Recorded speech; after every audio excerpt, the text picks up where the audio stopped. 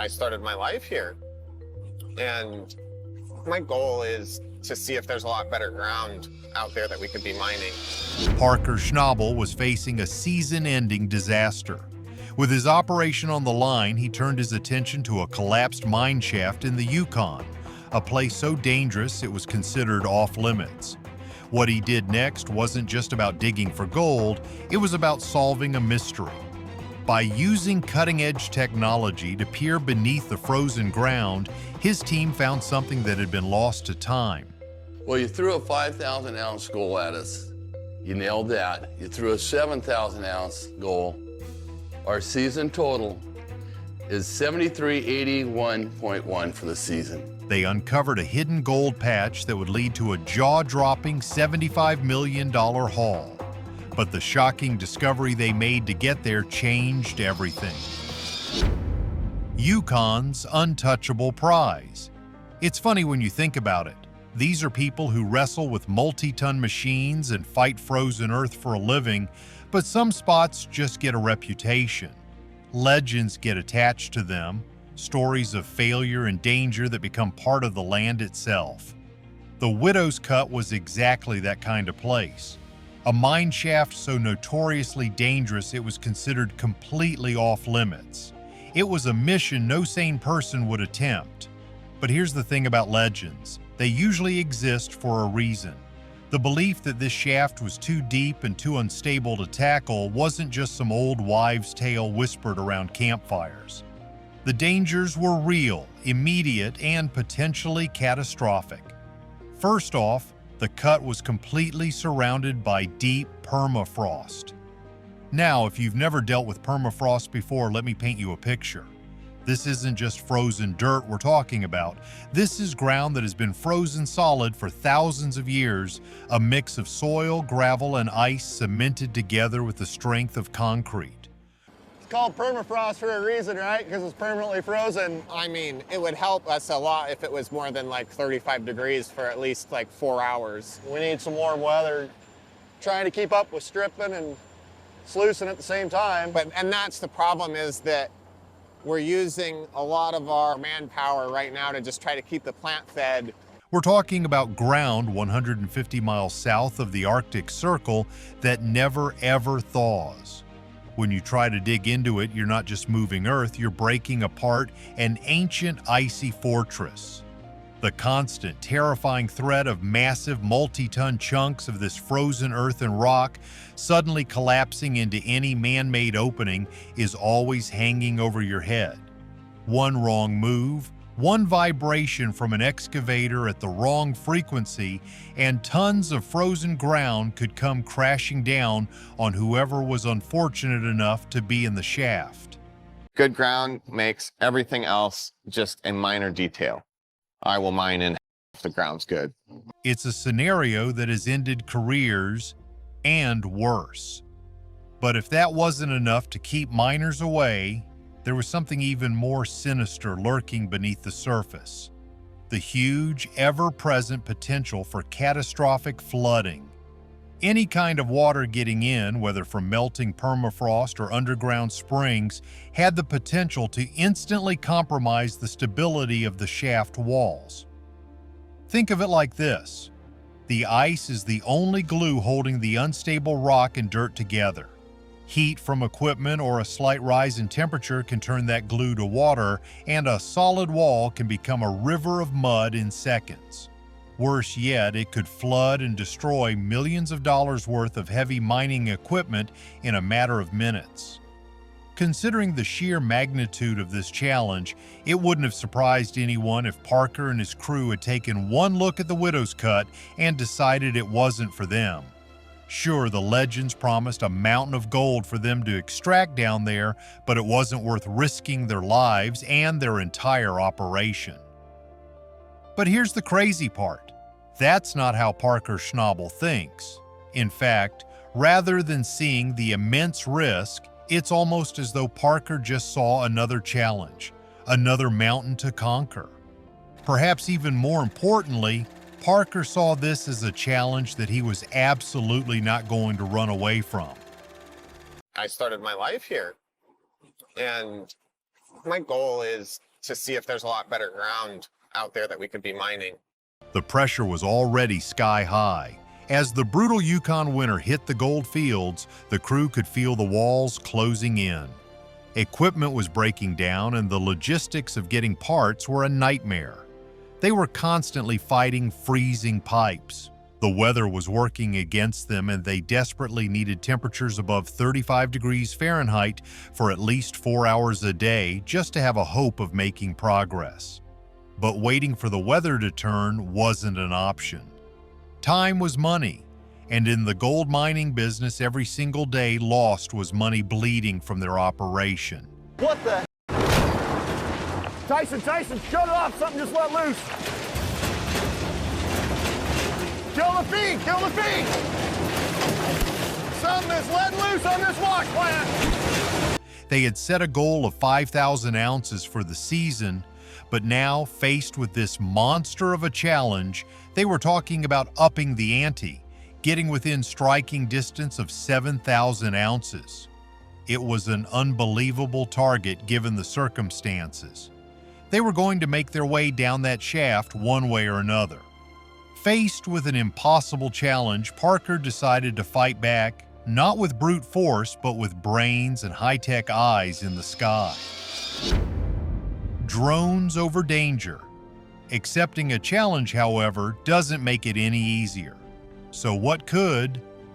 Modern technology. While the old-timers from the Klondike Gold Rush relied on nothing but picks, shovels, and pure, raw determination, Parker and his crew had a few secret weapons up their sleeves. Aside from their usual arsenal of excavators and slopping plants, they had access to high-tech tools to survey the area in ways the old prospectors could only have dreamed of. Their state-of-the-art LiDAR system was about to change everything. What nobody really talks about is just how revolutionary this technology is for miners. LiDAR, which stands for Light Detection and Ranging, is a surveying method that uses a laser to measure distances. A drone or plane equipped with a LiDAR system shoots out millions of laser pulses per second. These pulses bounce off the ground and back to the sensor, creating an incredibly detailed, three-dimensional map of the terrain. The wow factor here is that it can peer through vegetation, through layers of loose debris, through decades of accumulated earth and overgrowth to reveal the true shape of the ground beneath. On top of that, they paired it with advanced drone mapping techniques. Whoever came up with the combination of these tools deserves a medal because it led to a breakthrough that miners had been trying and failing to achieve since the 1980s. The team's initial plan was straightforward: dig a completely new way down into the mine, a new ramp or shaft. But with the challenges of the permafrost and the constant risk of flooding, that approach could prove to be too dangerous, too costly, and way too time-consuming. It's a gamble that we're just going to have to take. We'll fire back up when the sun decides that it's summertime and make the best use of everybody that we free up. As one crew member put it, it gets pretty dangerous pretty quick. Every hour they spent searching for a way down, they were burning through precious resources, fuel, wages, time, on work that wasn't producing a single ounce of gold. If they didn't want to finish this high-stakes season at a catastrophic loss, they had to be successful at the widow's cut. And they had to do it fast. This is where the technology paid off in a way nobody expected. The LiDAR and drone data, once processed and stitched together, revealed something incredible. Something that had been hidden from plain sight for decades. The lasers had peered through the earth and the overgrowth, revealing a secret that had been lost to time, a hidden path into the heart of the treasure. The breakthrough came in the form of a collapsed vertical shaft, a relic of the original mining operation from nearly a century ago that had been completely swallowed by the wilderness, hidden under decades of thick, tangled brush and trees. Their precise measurements told them that although it was lost to time, the collapsed shaft was more than 40 meters deep. That's over 130 feet straight down into the earth. It was their way in. After some careful examination, the team realized that their best and perhaps only shot was to stabilize this collapsed shaft and use it as their entry point. We're in a situation where there's a ton of work and unrealistic expectations from a boss that likes to have unrealistic expectations. It was a terrifying prospect, but thanks to some heavy-duty reinforced steel beams and Parker's expert crew, they were able to create a safe enough pathway to make their descent into the darkness, into the heart of the formerly inaccessible mine. You can just imagine the energy shift in the crew. After weeks of frustration staring at an impossible problem, they now had a direct path to the gold they had been dreaming of. The impossible had suddenly become possible, but what they would find at the bottom was absolutely breathtaking. 3 days to 10 million. It didn't take them long to make their way through the newly secured shaft. What they found at the bottom was the stuff of legends. They had broken through into an untouched, quartz-rich gold vein that had the potential to give their entire season a much-needed multi-million-dollar boost. The vein was so pure, so pristine, that Parker's on-site geologist described the deposit as the cleanest and richest he had ever seen in his entire career. You could literally see the glittering ribbons of gold locked within the white quartz rock. Once the team was done admiring the glittering discovery, they quickly, almost frantically, got to work. Here's the kicker. They knew they couldn't waste a single second down there. In the competitive world of the Klondike, whispers of an incredible discovery travel fast, and they knew other miners might try to jump their claim if they caught wind of it. With that driven mindset, the team worked endlessly, around the clock. Mike was on the hill working through loads of material, everyone pushing themselves to the absolute limit. This is where it gets absolutely wild. This relentless effort proved to be spectacularly effective. It only took them a little over 72 hours, just 3 days of non-stop, grueling work, to extract more than 4,000 ounces of gold from this incredibly rich vein. Let that sink in for a moment. 4,000 ounces is 275 pounds of solid gold. In just 3 days, they pulled more gold out of the ground than most mining operations see in an entire season. One single cleanup from a fraction of the pay dirt yielded 38.6 ounces, worth $66,000. And that was just a tiny sample. After extracting all that gold, they did the math, and the numbers were simply staggering. That initial haul was worth more than $10 million. That one find would cover all their operating costs, things like diesel, wages, and transportation, for most of the season, with millions to spare. It's a huge accomplishment, you know, and it took everybody here.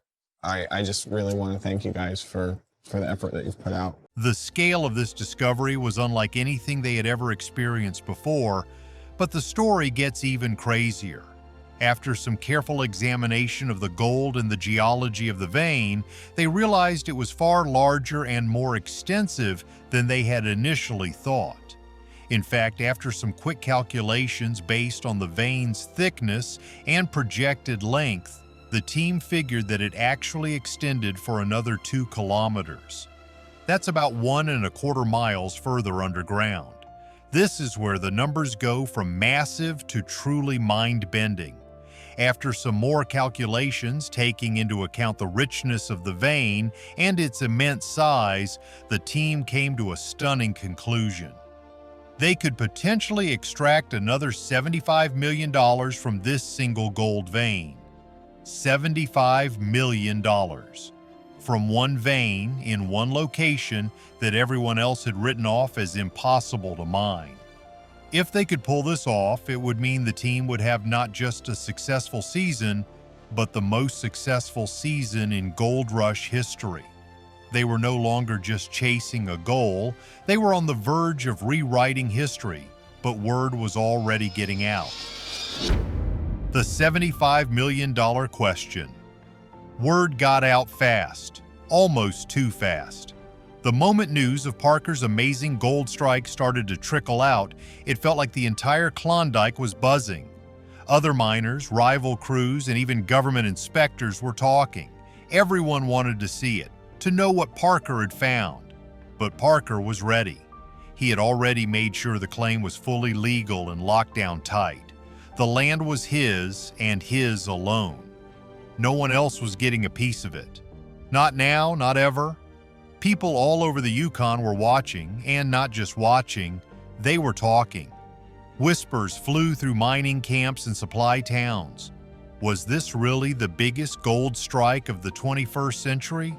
Had Parker just rewritten the rules of the game? It's easy to watch this from home and think it's all about one lucky moment. But let's be real. Is anything ever that simple in a place like the Yukon? You have to wonder what's not being shown. The sleepless nights, the constant pressure, the fear that one wrong move could bring it all crashing down. This wasn't just finding a pot of gold, this was unleashing a force. So Mitch and I just started our night shift here, trying to keep Big Red going. Worked all day, now gonna work all night. With Parker now needing only 174 ounces to hit his 7,000-ounce season goal, the weight on his shoulders suddenly doubled. With more money and more attention came more pressure. Everyone was looking at him now. Could he lead his team through this storm of fame, greed, and massive expectations? Or would things start to fall apart under the intense scrutiny? This is the part of the story that doesn't have a simple answer. When you hit a jackpot this big, you don't just attract applause, you attract problems. Jealousy, rivalry, and the dangerous temptation to take even bigger risks can follow. One thing was clear. This discovery would affect more than just Parker's crew. It could change the entire ecosystem of the Klondike. Land prices could skyrocket. More miners might flood the area hoping to find their own jackpot. It was like throwing a boulder into a still lake. The ripples were going to spread far and wide. But Parker wasn't scared. He was focused. This was the moment he had been working toward for years, and he wasn't going to let it slip away.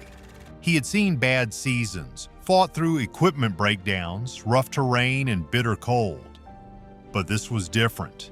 This was a chance to become something more than just another successful miner. This was a chance to become a legend. Some will say Parker just got lucky. Others will credit his instinct. But at the end of the day, the combination of cutting-edge technology, unwavering determination, and the sheer guts to tackle what everyone else called impossible had paid off in the most spectacular fashion. The king of the Klondike had made his move and the world was listening. Parker Schnabel's $75 million gamble had paid off, turning a death trap into a legendary jackpot that would be talked about for generations. Well, you threw a 5,000-ounce goal at us. You nailed that. You threw a 7,000-ounce goal.